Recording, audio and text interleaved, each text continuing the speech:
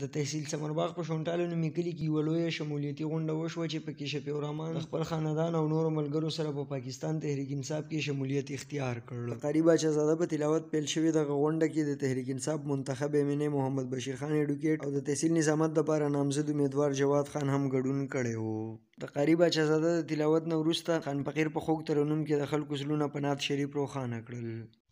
यसरब के वाली सारे नबी तेरे दर की सवाली शाह मदीना शाह मदीना. د نعت شریف نه وروسته شفیع الرحمن د کوربه په حیثیت راغلو میلمنو ته هرکلی ووایه او د ټولو مننه یې وکړه.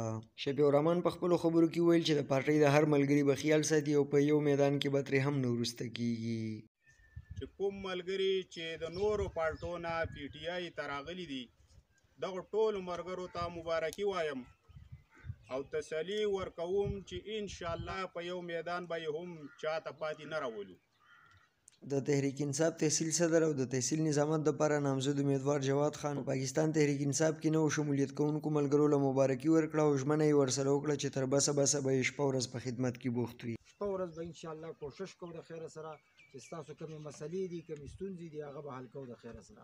نن تاسو کتلی شئ چې ښه کافي جامع مسجدونه چې کوم دي نو هغه سولرایز شو، امامانو له تنخواګانې وتړلې.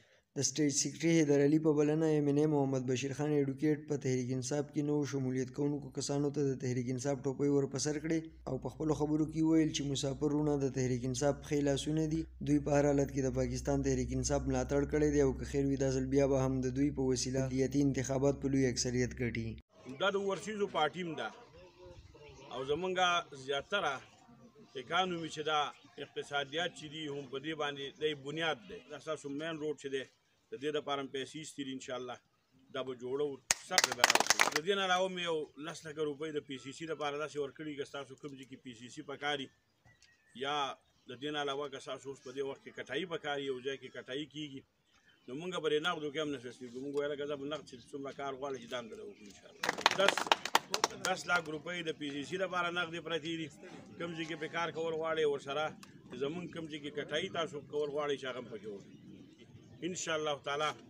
مخکې مونږه د دې جندون نه ډېر ښه ووټ راغلی و، ستاسو د دې کلي نه هم ډېر ښه ووټ مونږ ته راکړی شوی دی PTI ته.